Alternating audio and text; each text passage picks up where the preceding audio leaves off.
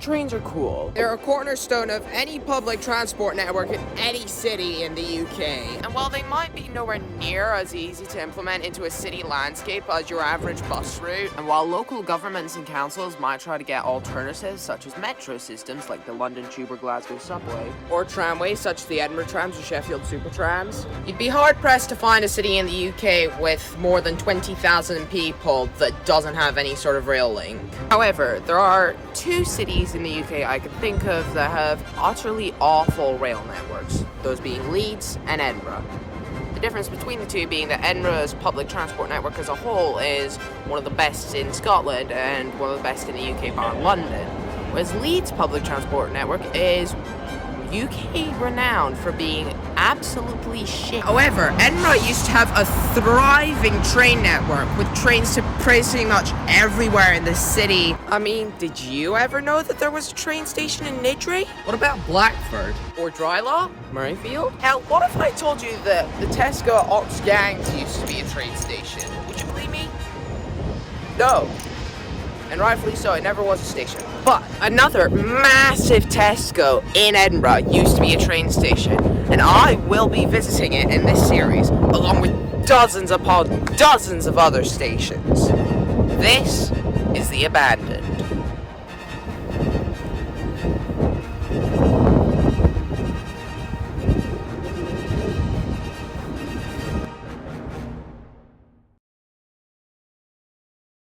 Today's journey starts in the middle of nowhere. Yeah. Good morning. I'm currently in Dalmahoy, Mains, near the site for the old Ravelrig Junction Halt railway station, or just Ravelrig Station.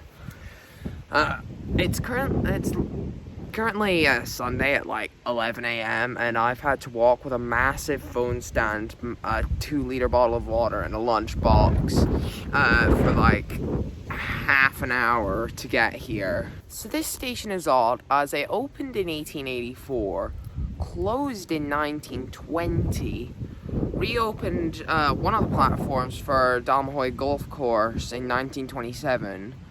That sort of got closed down in 1930, officially got shut down in 1949, and it's just, the tracks are still there. It's the only station where there are still trains passing through. But that's because all the other stations on the Balerno line, the tracks are being converted to walkway for the Waterloo. Whereas this was on the main line straight through to Waverley, so whether or not I can see the remnants, I don't know. It looks like the actual bridge over the tracks, it looks like getting up to there's private property, so for I think the people who owns it sake, I'm going to stay down here next to the horses. Yeah, this is honestly really nice site for a station. Shame I can't see much more of it, just because I'm worried it might class as trespassing, even if it isn't.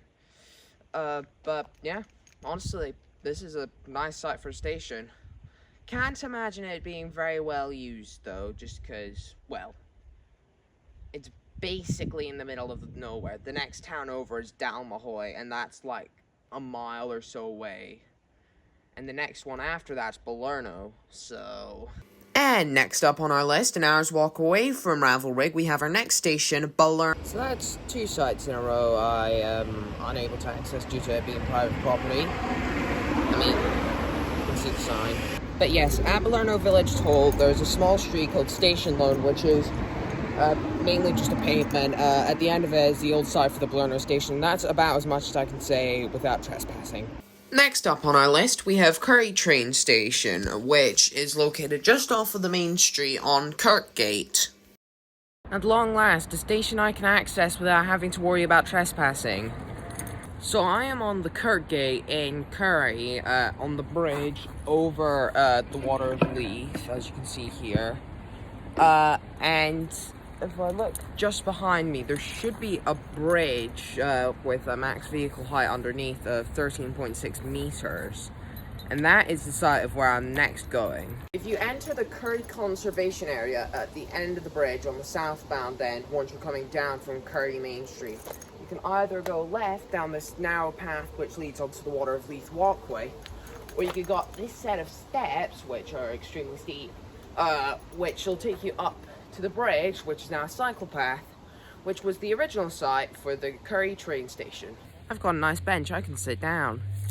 But yeah, this is a site I've actually known about for about 3 or 4 years, and I've always really wanted to come and visit it, have a look, and I've just never done it. And this show is actually a perfect excuse to do so. But yeah, honestly, you can't really see any of the remnants of the station now, but it's still pretty cool regardless. I will say that this hasn't been my nicest experience of the station site, though, as there's been a lot of, shall we say, horse excrement on the path.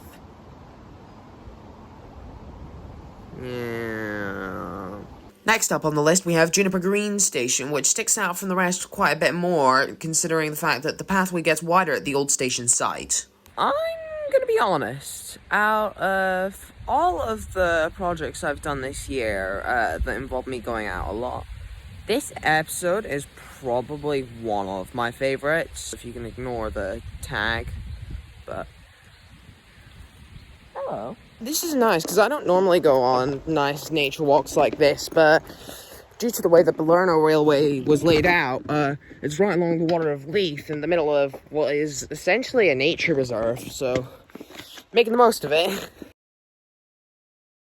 And next up on the list, we have Colinton Station, which is most famous nowadays for the Colinton Tunnel murals, which are absolutely awesome. I always recommend this site to tourists. You don't even need to like art to know that it's awesome. Yeah, there's no point hiding it. This tunnel is amazing. If I'm being honest, if there's anywhere in Edinburgh that I recommend to tourists that they'd probably overlook otherwise, it's Glenlockhart Hill, Blackford Hill, and here, because, quite frankly, this is stunning. And it's always really interesting to me seeing how far this has come. Like, 2 years to get this entire mural done, and honestly I'm impressed it didn't take longer, just with how hard it must have been to get it all done. Truly is stunning. You kind of have to come see it for yourself to believe it's just sheer magnitude of how amazing it is. It doesn't take a genius to work out why I dialed down the 30s filter on this section. To be fair, I think I've grown it up in a very artistic family, so I am a bit biased towards murals and stuff, but, like, come on, you can't not like this. And last but not least, we have Halt Station, which is located in Kingsnow. Honestly, no one ever talks about Hales or Easter Hales, and they always talk about Wester Hales. I'm not even sure Hales and Easter Hales exist. But yes, this is one of the stations where you can really just have no ability to tell where the platforms are. The grid reference on OpenStreetView has it in a completely different location to where the Wikipedia article has a photo of it, and I can't find either. So that's the Balerno line. It's honestly, aside from the struggle of getting to Ravelrig Junction, it was honestly really fun to do, and all the stations, since they're all on the Waterleaf Walkway, you essentially just get to walk next to the river for, if you want to visit all of the stations, you get to walk on the river for a solid hour and a half, at least. That's what I did, and quite frankly, it was really fun. So yeah, highly recommend this one. But anyways, I shall see you guys around.